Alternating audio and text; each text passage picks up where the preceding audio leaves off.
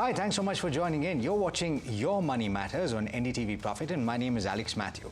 This show seeks to get you answers to the simplest personal finance questions and also the tougher ones. And today, the three questions that we're going to be addressing is one, how should you approach investing in tax-free bonds? That's the first question. The second question is, if you are a senior citizen, then what is the ideal fixed income investment for you? And the third question is, what are the hybrid funds that give you the best risk reward if you are a senior citizen? To answer all of those questions, I'm joined today by Nisreen Mamaji, the Chief Executive Officer of MoneyWorks, and Arvind Rao, who's a founder of Arvind Rao and Associates. Thank you so much, the both of you, for taking the time. Nisreen, I'll start with you. First, why would you use a tax-free bond? It is if you have capital gains from some asset that you've sold, but you don't want to pay the capital gains tax on it. Can you explain this concept?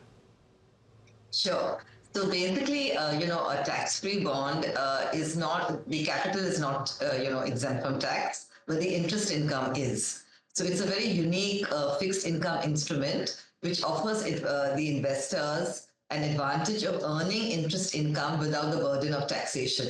So for retirees, for those seeking passive income, for people who are looking at reinvesting their capital gains money, the tax-free bonds can be particularly appealing because of their relatively higher coupon rates. Now, the coupon rates on some of these bonds are in the range of, say, 8 to 9%, making the interest payout quite healthy and interesting for someone who's looking also for passive income.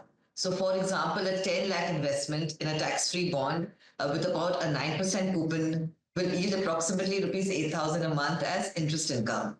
And this is normally issued by, say, infra companies, housing bonds, their power bonds, the railway bonds. So the government enterprises, invest this money collected through the issuance of these bonds in infrastructure and housing projects. And therefore, the tax-free bonds with people in the high income tax bracket can be particularly appealing. So right now we have, the NHAI bond at about 8.75%, the National Housing Bank at 9.1, NTPC at 8.91, REC at 8.7, Housing and Urban Development at 7.64, Indian Railways at 8.63, and the Power Finance at 8.67. The yield to maturity is normally between 5.1 to 5.5 or 5.7 for any of these bonds. So that's why I think they would be very much, appealing for people because the interest income is tax-free under Section 10, subsection 15. And they also have a slightly longer term maturity of about 10 to 20 years. So we have a couple of things to unpack there. One is the difference between the coupon and the yield to maturity. The reason the yield to maturity is lower is because these bonds were issued a while back when the interest rates in the system were higher. And as a result of the recent reduction in the interest rates, those bonds would have become more attractive. So they've gotten priced higher. And so if you go out and buy them today, you're effectively paying more than the face value for these bonds. And so therefore, you will get a coupon of 8.7, for example, but you are paying more than, say, 100 rupees for each bond. As a result of which, what you get in hand is closer to about 5.5% and not 8.7%. You will, of course, receive that entire 8,000 rupees if you are putting 10,000, the amount that Nisreen spoke about, but it's not going to be that full 8.7%. Hopefully that is clear. But Arvind, from a tax perspective, can you explain this further? If you are, for example, let's take an illustration. If you're selling a house for 1.5 crore rupees and you have capital gains emerging from that, is it that you are exempt from paying the capital gains if you invest in these tax-free bonds, or is it not? Just to drive home that point. Sure. So, Alex, I think there is some like a misunderstanding here. Now, these tax-free bonds which you talked about and what Nisreen spoke, I think both of you are looking at two different things, because what Nisreen spoke and which the title also says, tax-free bonds basically are those where the investor earns a interest which is tax-free, and your specific question are on the capital gain bonds, which are different, in which what happens is whenever you earn a capital gain, if you reinvest those in specific bonds, it helps you to save the capital gain tax up to the prescribed limit, which is today at around 50 lakhs per taxpayer per year. The one of the main highlights here is the interest that you earn on the capital gain bonds are taxable. And these tax-free bonds, they don't give you any exemption from capital gain tax. However, the interest that you earn on these bonds are not liable to tax, and hence they are called tax-free bonds. Okay, so let's drive home that point, and that's exactly why we're asking this question. So two separate bonds are being talked about here. What you have specified, just to reiterate, is in an instance where you have significant capital gains emerging from any asset and you want to be exempt for a portion of that, which is 50 lakh rupees per taxpayer, you can deploy it into a certain category of bonds. What are those bonds and how are they available? Arvind, to you first. Yeah. So again, two things. One is not any asset. It is specific to capital gains, that to long-term capital gains arising from land or building only. A. B, again, here these bonds, generally there are four issuers, but I think for the last several years, it has typically been the REC and the NHAI bonds that are available for subscriptions. And an investor can invest up to 50 lakhs there. Typically, the rate of interest that one earns on these bonds, like I think today, if we look at it, it should be in the range of 5.5 to 6% per annum. And these bonds are for a term of 5 years. So if you stay invested and you don't have a choice, you have to stay invested in these bonds for 5 years. Every year you will get the interest payout. And at the end of 5 years, when this money matures, that is entirely exempt from tax. So essentially, for not paying tax on the long-term capital gains up to an amount of 50 lakhs, what the investor has to do is stay invested in these bonds for 5 years. And at the end, whatever money is received on maturity, he or she can do anything with it. Okay. So again, you've made a clarification about land and flat or building, which means that there are two options available for you to avoid paying capital gains on this property, which is one, which is provided if you're buying another home. And as a parent, you can also buy a house for your children. This is specified in the budget. I see you're nodding, so this time I'm right when I'm making this point. And you've specified that the interest that you earn from these bonds that allow you to avail of this benefit are taxable. Now, Nisreen spoke about a separate bond, which is interest-free bond. And there is no limit, right, Nisreen, to what you can put in these bonds. So in which situations would they be useful in your opinion, and how do they stack up against other instruments? Sure. So, typically a high income individual in the 30% tax bracket would find these very appropriate. Also, somebody who's looking for stable and predictable income. And so high net worth individual and HUF, members, trusts, cooperative banks, QIPs, qualified institutional investors prefer to invest in the tax-free bonds where the interest is, obviously tax-free. That's the category that we're looking at. So, some of the advantages I talk about. Why would somebody want to invest in a tax-free bond? The tax-free returns improve the post-tax yield, obviously. So one of the key advantages of the tax-free bond is a favorable post-tax return. Suppose you're comparing with, say, an FD. On an FD, you would get, say, a 6% interest, and that would be also taxable and if you're in the highest income tax bracket, your net return would be in the range of, say, 4.2 to 4.5% for the 30% tax bracket payer. So a tax-free bond and investment choice is a great investment choice in that case for an HNI individual who's obviously looking at increasing the net return.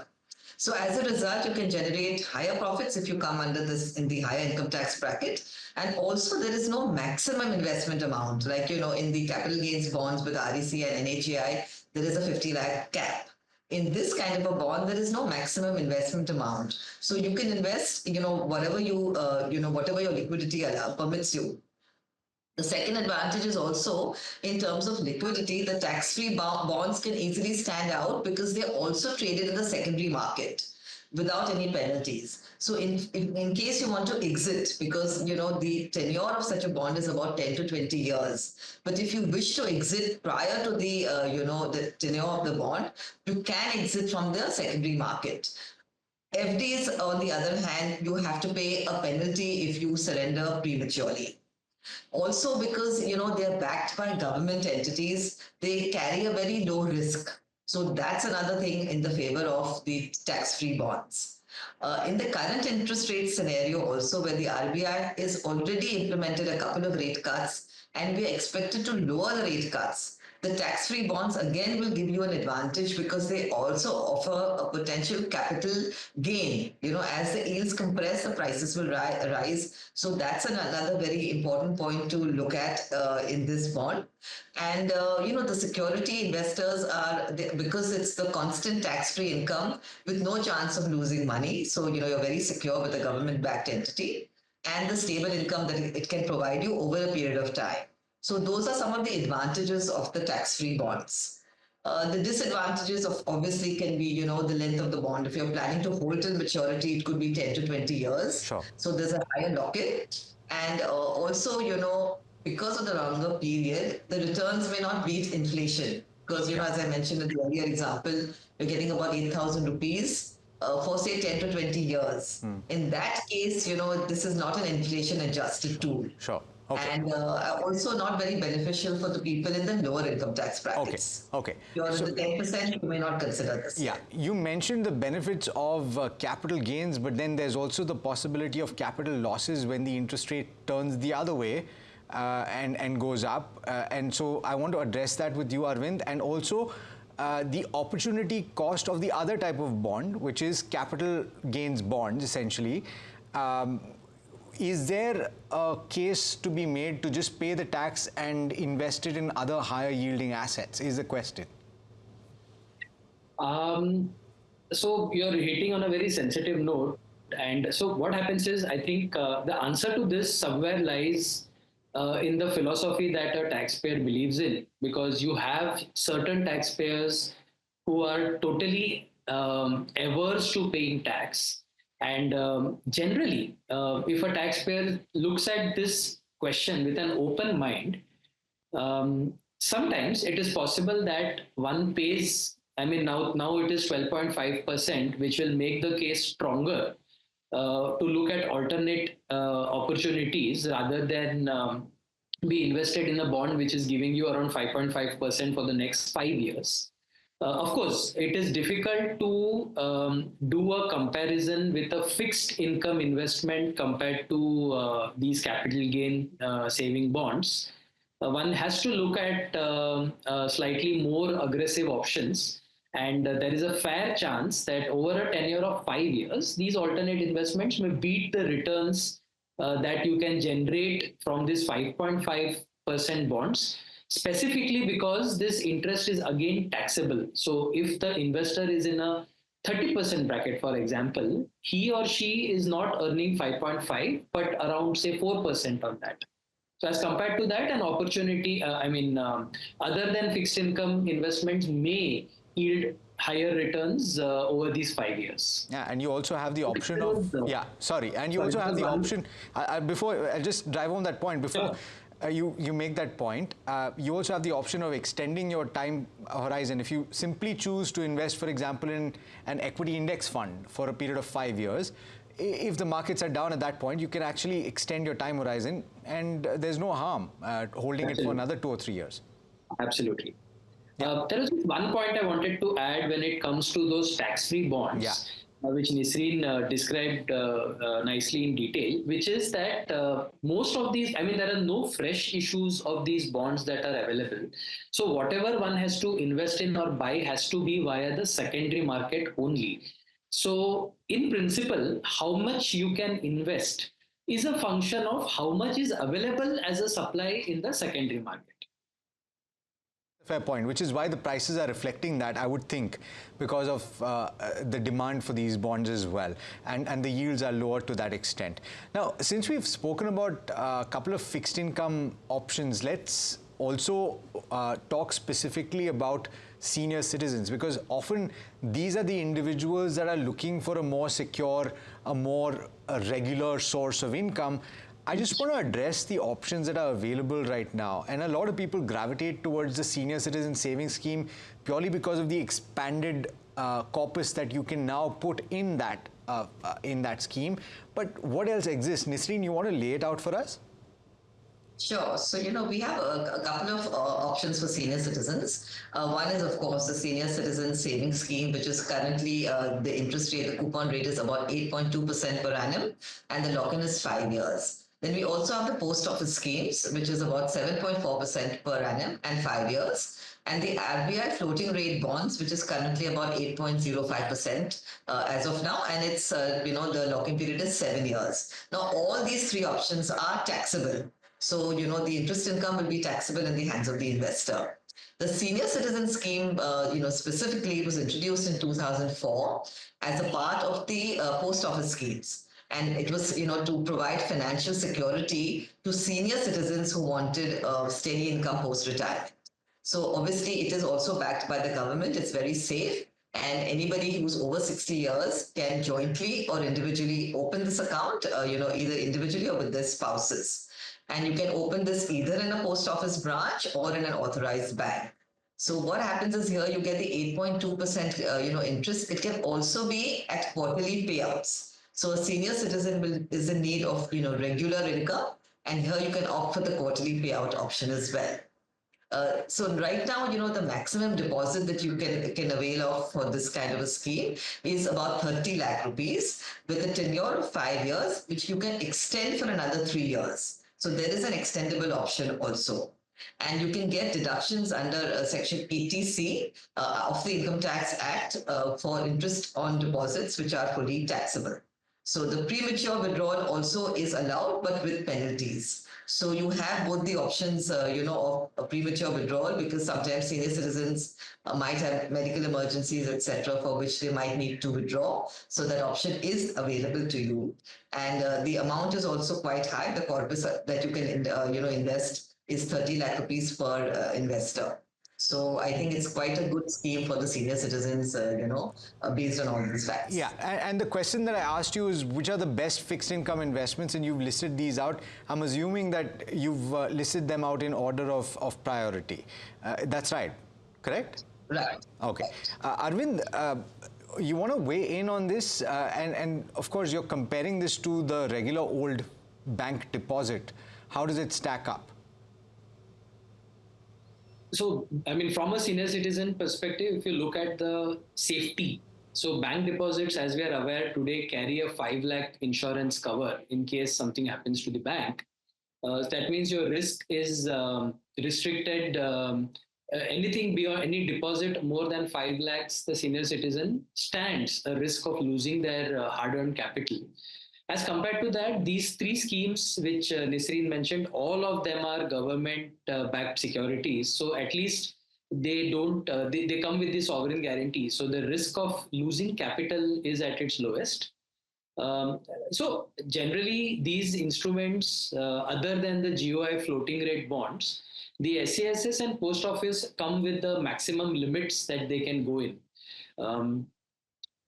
Somebody who is having capital much more than that can always first exhaust these limits and then look at different combinations of fixed deposits spread between bank to even NBFCs, because now that we are on the upper end of the curve, still slightly lower, but one will be able to lock in higher rates possibly for a medium term. Okay, I want to come back to you on the last point that I want to talk about, and the last question really is hybrid mutual fund schemes, and a lot of people are gravitating to this, but I do want to be very realistic when I talk about this, because when I speak to senior citizens myself, they are averse to venturing out and taking risk of any sort.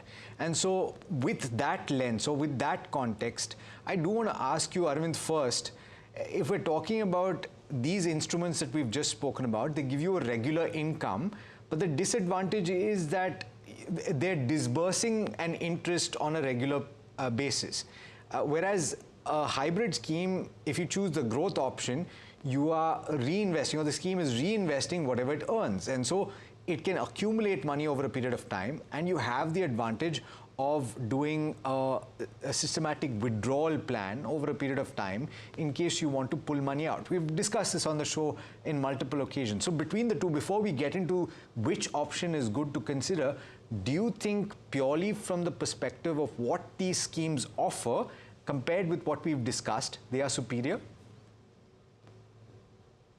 A hard call to make which one is superior or no. So ideally, depending upon the corpus that we are looking out for an individual, we generally prefer to have a mix of this. And I mean, like you rightly mentioned, even when we speak to senior citizens nowadays, what is happening is ki, generally if the capital is low, and plus each of these instruments which we discussed earlier all have a fixed maturity, so there is always this reinvestment risk that exists, that once they mature, will I be able to get the same rates or not?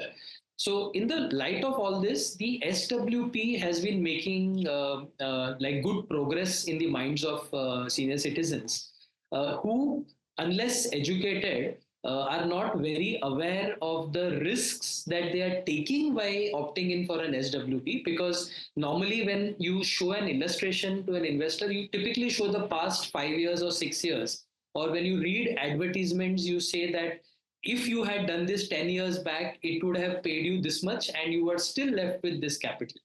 But this is about the past, but ideally when you're investing, you're doing it for the future.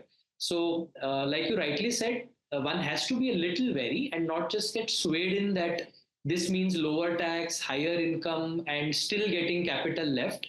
All these are assumptions which they should be aware of. So with that in mind, Nisreen, coming to you to talk about the best options, and the question was, where do you get the best risk reward?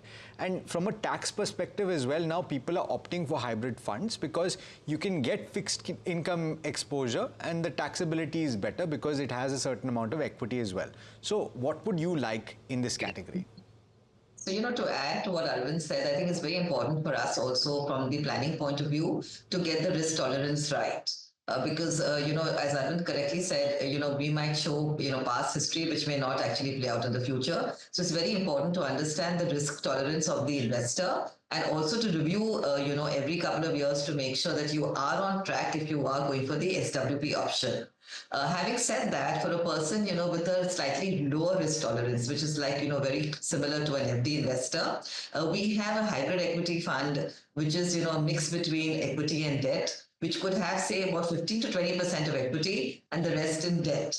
So this is like a conservative hybrid, kind of a product, which will be, very, very similar to an FD with a slight alpha because of the 15 to 20% of equity.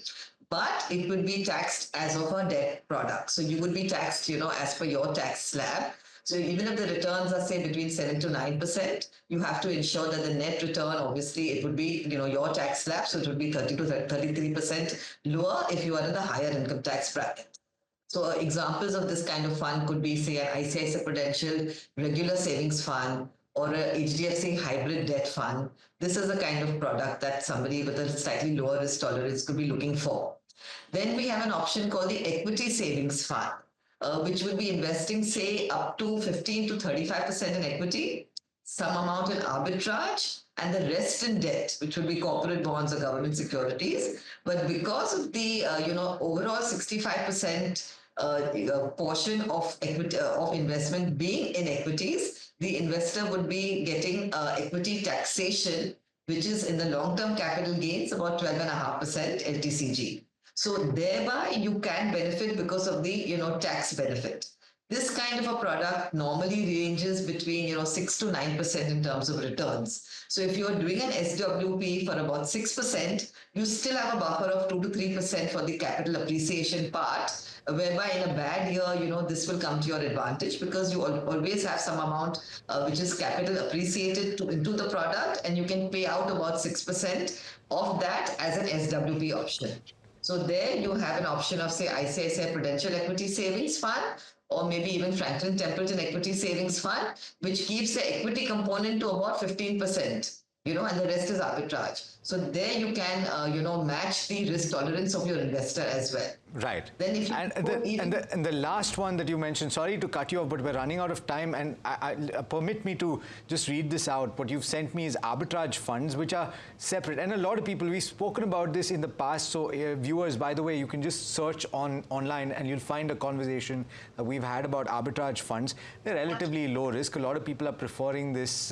They are looked at often as alternatives to liquid funds, but then the advice is to hold it for slightly longer than you would normally hold a liquid fund. We'll talk about that in more detail, but I think we presented several options. Nisreen, thanks so much for joining. Arvind, thanks so much for joining and the clarifications that you gave. We've had an excellent conversation. Thank you to the both of you.